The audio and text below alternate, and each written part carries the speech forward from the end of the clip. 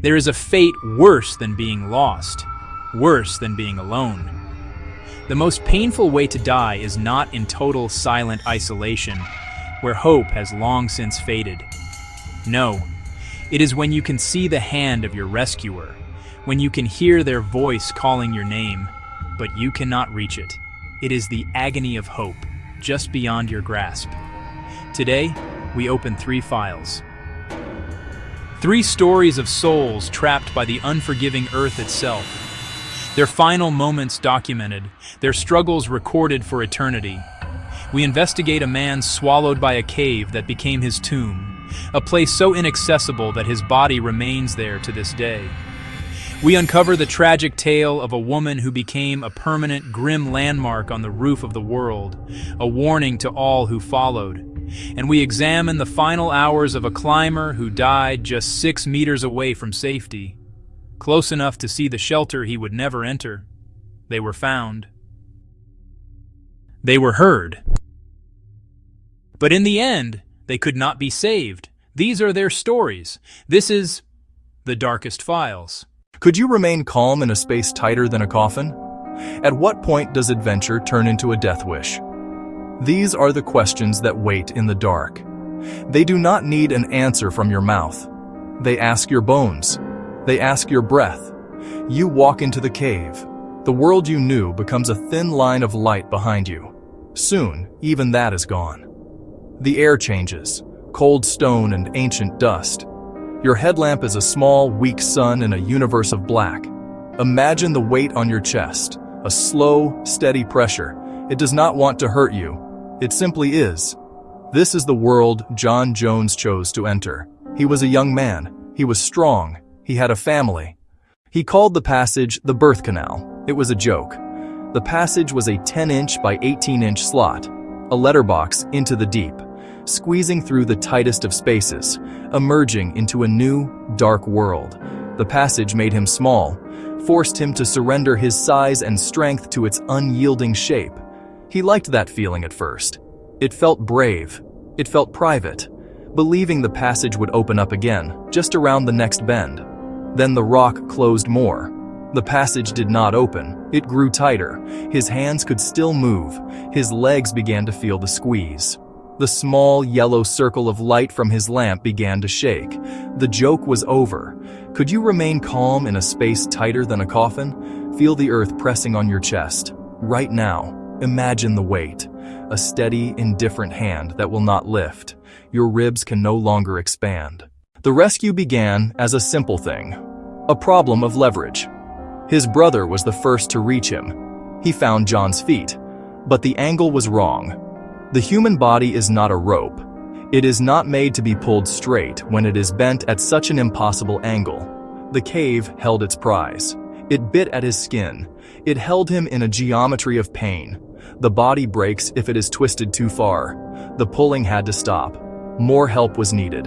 The professionals, the search and rescue teams, they started to arrive, bringing their tools, bringing their hope. They came with ropes, they came with pulleys.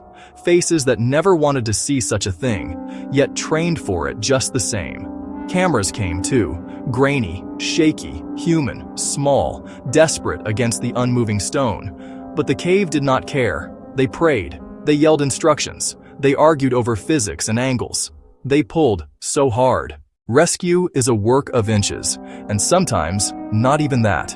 They tried to pull him feet first, ropes, pulleys. They tried to anchor the ropes to the solid walls of the cave. They fed him sips of Gatorade. They spoke to him. They told him about his family. The pressure on his chest was immense. His breathing was labored. He was upside down, his blood pooling in his head. The body is not designed for this. It is a machine, and this was breaking it. The cave laughs in silence. It shows no mercy. It has no mercy to show. A rescuer must think like a machine. They must not feel the weight on their own chest as they work. You can imagine it now. Feel the earth press like a giant, indifferent hand on your chest. The footage is grim. It is small. A fight that is quiet, because it must be. There is no room for grand gestures. It is a battle fought with whispers. Air-powered chisels, saws. They would try to widen the passage, shave bone from the mouth of the beast. But the rock resists. The vibration was a risk. It could cause the passage to shift. Tools dulled. They fought sleep with coffee. They fought it with duty, one against the clock, one against the mountain. In the end, rescue fails. The words are small, but their weight is crushing. 27 hours after he became stuck, John Jones died. The cave kept it secret. The official cause was cardiac arrest, brought on by the constant pressure and his inverted position. The rescuers, who had fought without sleep, without rest, had to retreat. The men in charge, with the maps and the authority, decided to seal the cave. It was a matter of safety, they said, so others would not meet the same fate. They lowered a man one last time, not to rescue, but to say goodbye. Then, they poured concrete. They closed the mouth of the cave forever. The hole would invite no more. It would become a memorial, but it is also a grave. John's body could not be recovered. He had wanted to know the cave's heart. Now he would be a part of it, forever. This story is a quiet horror, not monsters or ghosts, a lesson written in stone. The tale stays with you. It settles in a quiet corner of your mind. A map can be read wrong. A passage can be smaller than you thought. A laugh can echo and turn into a call for help. The earth keeps its own laws, written in pressure and time. The unlucky sometimes learn them the hard way. The story does not end with a cheer. It ends with a silence that is louder than any scream. Why? In the end, we hold two things. One is the memory of a man who loved a cave, a husband and father who never came home. The other is the silence that the cave chose. And that silence is not empty. It is full of the weight of the earth. The world moves on. The sun rises and sets. The seasons change. But the story remains, a modern fable, whispered among cavers and climbers. A reminder that for all our technology, for all our courage, we are small in a very old world. A world that does not bend to our will. A world where a wrong turn can be the last turn you ever make. Could you remain calm in a space tighter than a coffin? At what point does adventure turn into a death wish?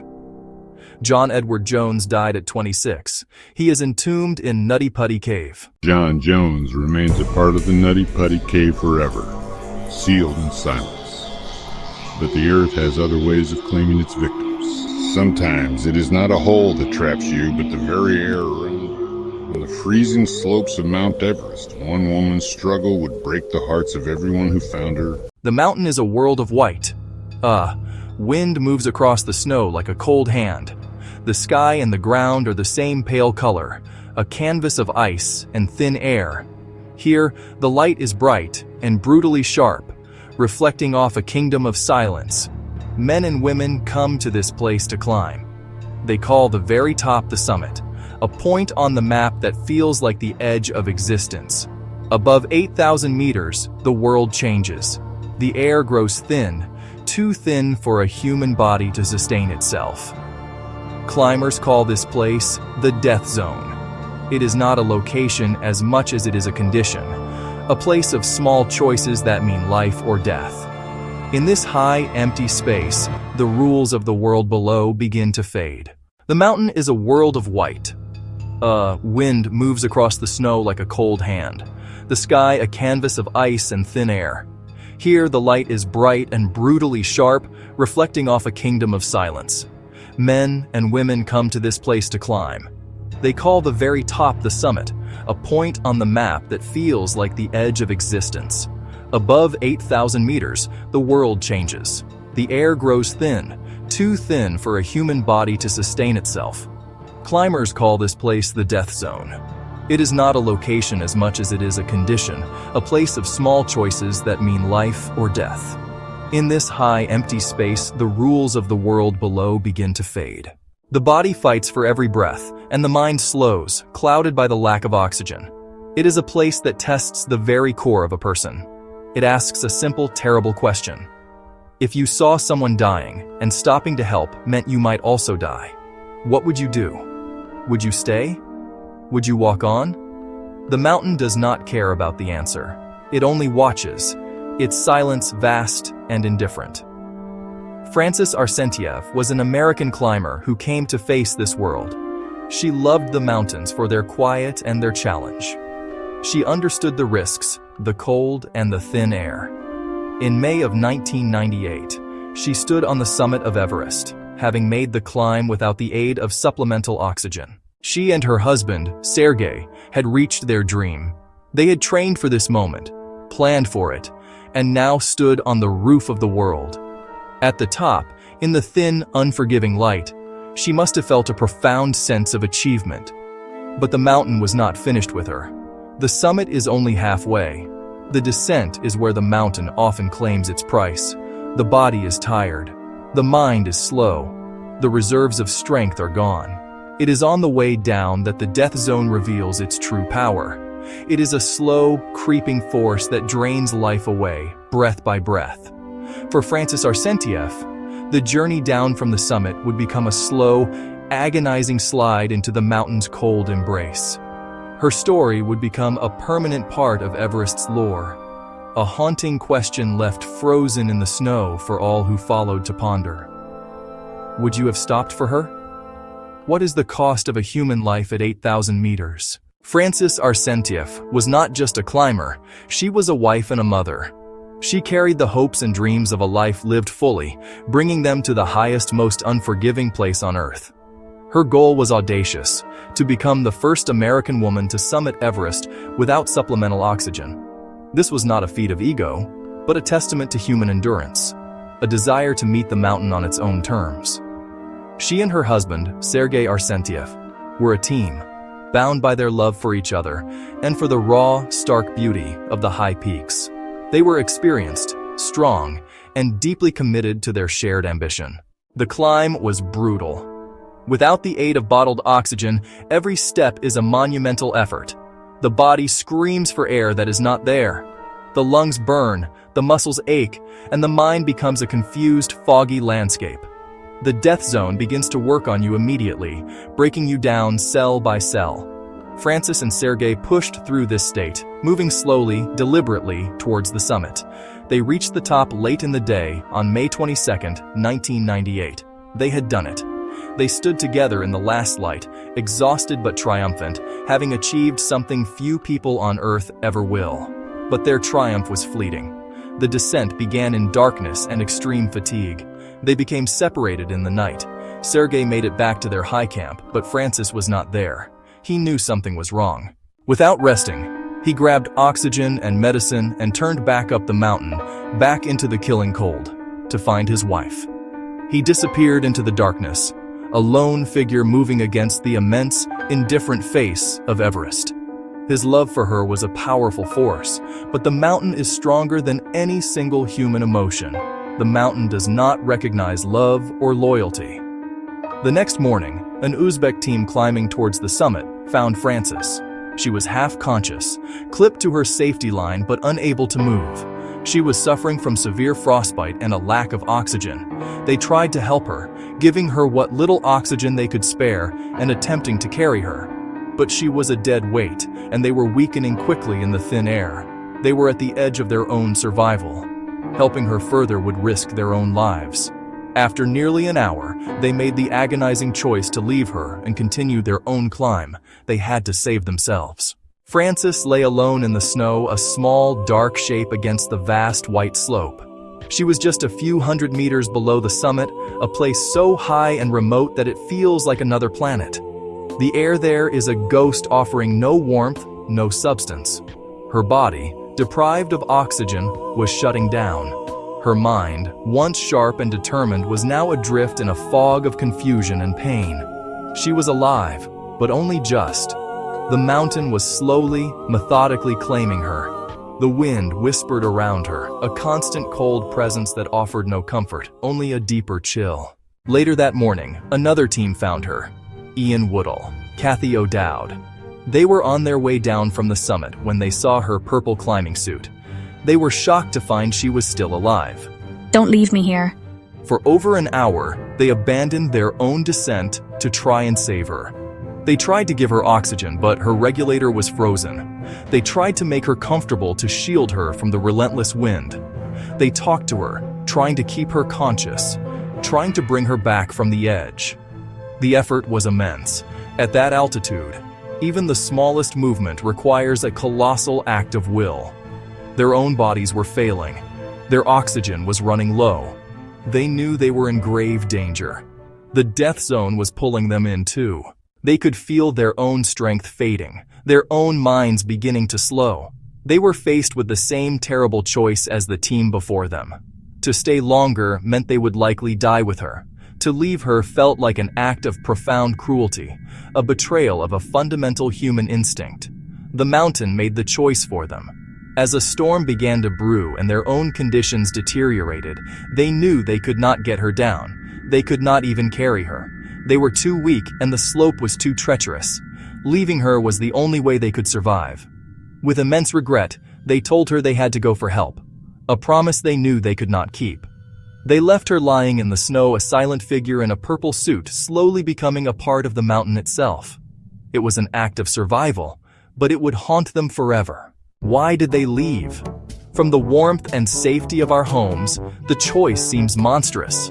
How could anyone walk past a dying person? How could they listen to her pleas and still turn away? To understand, one must try to imagine the death zone not as a place, but as a force. It is a physical pressure that crushes the body and the will. The oxygen level is about 1/3 of what it is at sea level. The human body is literally dying with every breath. Your blood thickens. Your brain swells. Judgment becomes impossible. It is a state of emergency for the self. The climbers who passed her were not monsters. They were human beings at the absolute limit of their endurance. To stop and help is not a simple act of charity. It means sacrificing your own precious, dwindling supply of oxygen. It means expending energy you do not have. To attempt a rescue of an incapacitated person at that altitude is a task for a team of 10 strong, fresh Sherpas, not for 2 exhausted climbers on their way down. To stay would have been a form of suicide. They would have become 2 more bodies on the slope, frozen beside the woman they tried to save. This is the brutal calculus of 8,000 meters. Is it better for 1 person to die or for 3 to die? The question is cold and logical, stripped of all emotion, because the mountain strips emotion away. Survival becomes the only rational thought. The climbers who left her did so with heavy hearts. Kathy O'Dowd would later speak of the horror of the decision. The image of Francys's face burned into her memory. They did not leave because they were callous. They left because the mountain had given them no other choice if they wanted to live. The decision to climb on is also fueled by the powerful allure of the summit itself. For some, the drive to reach the peak for which they have sacrificed so much, time, money, safety, can become an overwhelming force. It can create a kind of tunnel vision, where anything that stands in the way, even a dying person, becomes an obstacle to be passed. This is a darker aspect of high-altitude climbing, a selfish ambition that the death zone can amplify. Was it survival, or was it ambition? For each person who passed her, the answer is likely a complex and painful mixture of both. If stopping to save her meant you would die too, would you still stop? Is it murder to walk past a dying woman, or is it survival? After the last climbers left her, Francys Arsentiev died alone on the north face of Everest. Her body remained exactly where she had fallen, frozen to the mountainside. She became a landmark. For years, climbers making their way up the main northeastern route would pass her. She was easily visible, lying on her side in her bright purple climbing suit, partially covered in snow. Her face, exposed to the elements, was bleached white by the sun and wind. Climbers gave her a name, Sleeping Beauty. It was a name both poetic and macabre, a gentle term for a brutal reality. Her presence on the mountain became a silent, stark reminder of the cost of climbing Everest. She was not just a body, a story, a warning, a moral question made visible. For nearly a decade, every person who climbed that route had to look at her, had to confront the story of her death and the choices that were made. Some climbers would pause for a moment of reflection. Others would hurry past, averting their eyes, unwilling or unable to face the disturbing sight. She became the most famous body on a mountain that is littered with them. The story of Francys is intertwined with that of her husband, Sergei. After he went back up to find her, he was never seen alive again. A year later, his body was found far below where Francys lay. It appeared he had fallen to his death, perhaps while searching for her in the dark, or perhaps after finding her and realizing nothing could be done. Their love story ended in a shared tragedy on the slopes of the world's highest peak. In 2007, Ian Woodall, one of the climbers who had been forced to leave her in 1998, returned to Everest. He was haunted by the memory of leaving her behind. He led an expedition with the sole purpose of giving her a more dignified final resting place. They located her body, wrapped it in an American flag, and carefully lowered it to a less exposed location, away from the main climbing route. They performed a brief ceremony, finally giving Sleeping Beauty a private grave. Her body is no longer a public landmark, but her story and the questions it raises remain. In the end, Francys Arsentiev became a permanent part of the mountain she loved. Her story is not one of failure, but of immense courage and ambition. It is also a story of tragedy, a stark illustration of the fine line between triumph and death in the high places of the world. Her body may no longer be a landmark on the trail, but her spirit remains, a silent question that hangs in the thin, cold air. Her story has become a legend, a cautionary tale told to climbers as they prepare to enter the white world above the clouds. The mountain keeps no law books. It offers no judgment. It simply is. It is a realm of rock, ice, and wind, a place utterly indifferent to human striving, human love, and human morality. The cruelty we see in this story is not the mountains.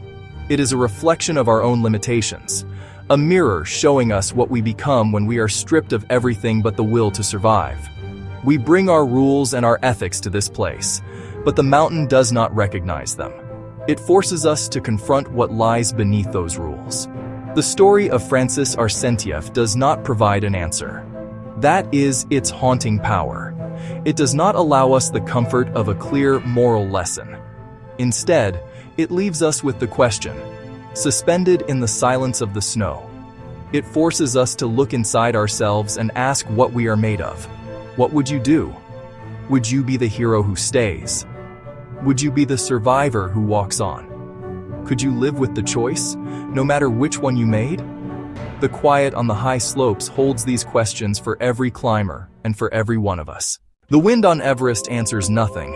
It just blows across the empty slopes, over the hidden crevasses, and the silent, frozen forms of those who never came down. New climbers will continue to come. They will look up at the summit, their hearts full of hope and ambition. They will pass the places where others have fallen. They will know the stories. And as they move, step by agonizing step, through the thin air of the death zone, they will carry the silent question with them.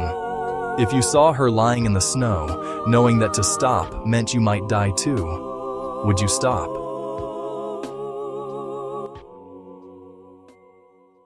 Francys Arsentiev became a ghost of the mountain, a warning to all who pass.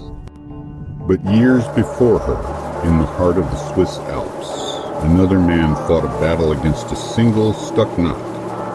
A battle that happened in full view of his rescuers, just 6 meters away. You stand at the edge of a cliff. The world falls away beneath your feet. You look down. The feeling leaves your legs. Wind pulls at your coat. An invisible hand drags toward the void. Ice bites at your face.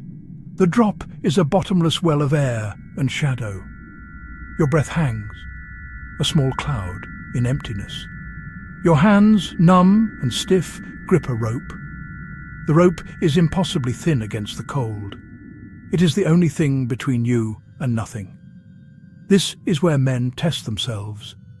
A wall of rock and ice scrapes the sky. A team of 4 men moves upon the wall. They are like ghosts against the grey rock, small figures in a vast and vertical landscape.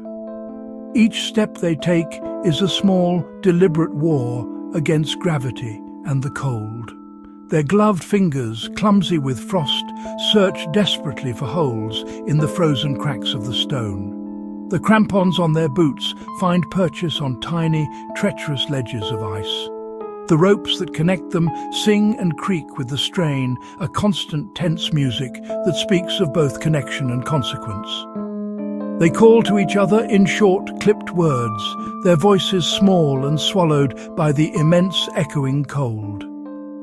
The mountain does not care about their courage. It does not acknowledge their ambition. It keeps its ancient, stony face. Ice, as clear and sharp as glass, hangs in monstrous daggers from the overhangs above fresh snow. Soft and alluring, covers the old tracks, laying a blanket over a minefield of hidden crevasses and weak anchors. A storm can grow from nothing in an hour, wrapping the world in a blinding whiteness, erasing the line between sky and stone. The climb becomes a razor's edge, a thin, taut line stretched between life and death. A man slides, the sickening sound of scraping metal on rock. A rope jerks tight, a violent snapping shock that travels from man to man. A shout breaks the profound silence, a raw cry stolen by the wind. The team fights the sudden pull. They drive their ice axes deep, setting anchors against the fall. The rope is their lifeline. It is the thread that holds them to the world of the living. And in that moment, it also becomes their chain. They are tied to each other, for better or for worse. They trust the line. They have to. They do what they must to survive. To secure their position on the unforgiving face, they wait for the storm to pass. They wait for a rescue that may never come. The news of their plight travels down the mountain. Rescue is attempted. A new team ascends, carrying hope in the form of fresh ropes and stronger will. They are guides, men who know the mountain's moods. They reach a point below the stranded climbers, separated by a chasm of vertical rock hands, raw with cold, work with practiced urgency. Another man leans into the drop. He lowers himself on a new line, a human pendulum swinging into the vast cold air. He reads the wind. He anticipates the sway. Each meter he descends is a promise. He is the last hope, a thread of salvation lowered from above.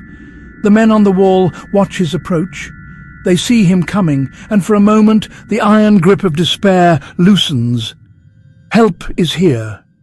The rope will save them.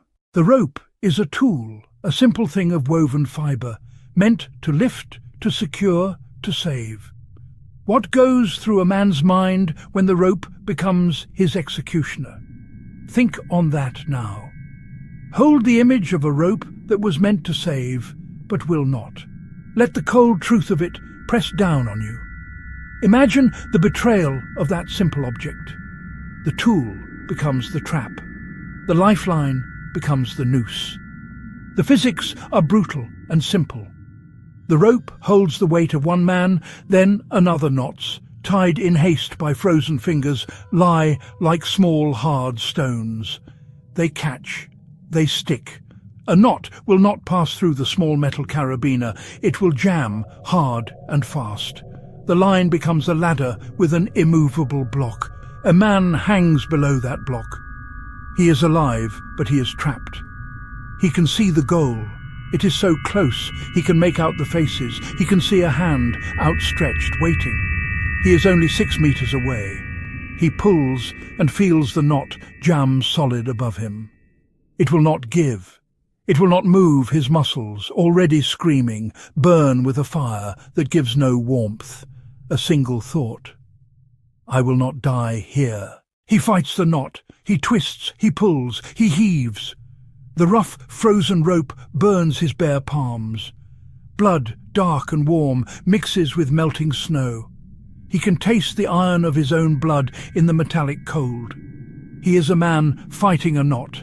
It is a small, it is ridiculous, it is an utterly final battle. The entire universe has shrunk to this single point of failure.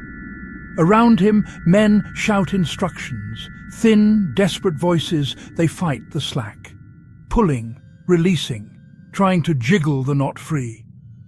Some kneel on tiny, precarious ledges, their own lives hanging by a thread. The mountain has no clock. It feels no urgency. Time becomes a slow, grinding knife. Each moment steals warmth, strength, hope. The rescuer above cannot pass the knot. He is as trapped as the man below. They form a new plan. Lower a second rope. Try to cut the line. Frantic moves with hands that are no longer their own. No plan is clean on a mountain wall. Every solution creates a new problem. The rope that could save also binds. Tension pulls the link tight, a law that will not bend. The knot is a small thing, a simple twist, and here a doom, an absolute barrier. The falling man, Toni Kurz, looks up. His eyes, in the midst of his frostbitten face, are terribly clear. He sees the face of his rescuer, etched with frustration and despair. He offers a small, grim smile. His lips cracked with salt and ice, he speaks. The words bite the cold. They are small, plain words. They float like white puffs of breath. He is beyond panic now, in a place of cold, hard reality. The mountain has made its judgment. His hands can no longer grip. His body, racked with fever and frost, has nothing left to give. His eyes remain locked on the small ledge above, the imagined feel of boot on stone, the touch of a helping hand, the warmth of a heated room. He sees the rope as a snake, coiled and deadly. He reaches one last time. Fingers twitch. They cannot hold one last desperate trick. Another rope to bypass the knot. But the wind makes the line alive, whipping, tangling, keeping it just out of reach. The knot remains locked. A judge, and its sentence is absolute. It is a slow, cold, lonely death, witnessed from 6 meters away. The helplessness is a weight on every chest. Then the final slack comes into the line. The rope, his own rope, tightens around his harness. He says, "Ich kann nicht mehr. I can do no more." Not a cry for help, a statement of fact. They hang in the air a moment, a testament to the limits of endurance. Then his body goes limp. The struggle is over. The fight is done. We watch a man die close to life. We count the 6 meters as if they were a gulf between continents. In those 6 short meters sits the whole of the human story. Hope, the failure of hope, shame, pride, love, loss. The immense, crushing cold makes our grand words small and meaningless. The rope, now slack, lies flat against the snow, a thin, ordinary thing, a piece of equipment. It is also the last witness to a man's final moments. We step back from the wall. We pull away from the image. Our faces feel blue and tight, as if from the cold of the story itself. A hand, frozen and bloody, inching toward a ledge it will never reach. It is not enough. It is never enough when the mountain decides. The mountain keeps the story. It does not tell us everything. It leaves a space, a silence. It leaves a space for the questions to echo, unanswered. Can you imagine the torture of seeing salvation just 6 meters away, yet being unable to reach it? What goes through a man's mind when the rope becomes his executioner? The image stays. It presses on the memory. It asks, and it does not answer. It leaves you with the cold and the quiet. It leaves you with the knowledge of that small, impossible distance. A distance we all might face in our own way. In the long, slow turning of the years, the mountain forgets the names. The ledge where the rescuers stood holds a small, clean crust of snow. The rope that held a man's life now hangs in a museum, a dark, coiled line. But the last words and the image of that final terrible struggle live on. The mountain keeps its silence. We keep the memory. The 6 meters remain, an eternal, unbridgeable chasm, a monument to a hero's last stand. The rope hangs,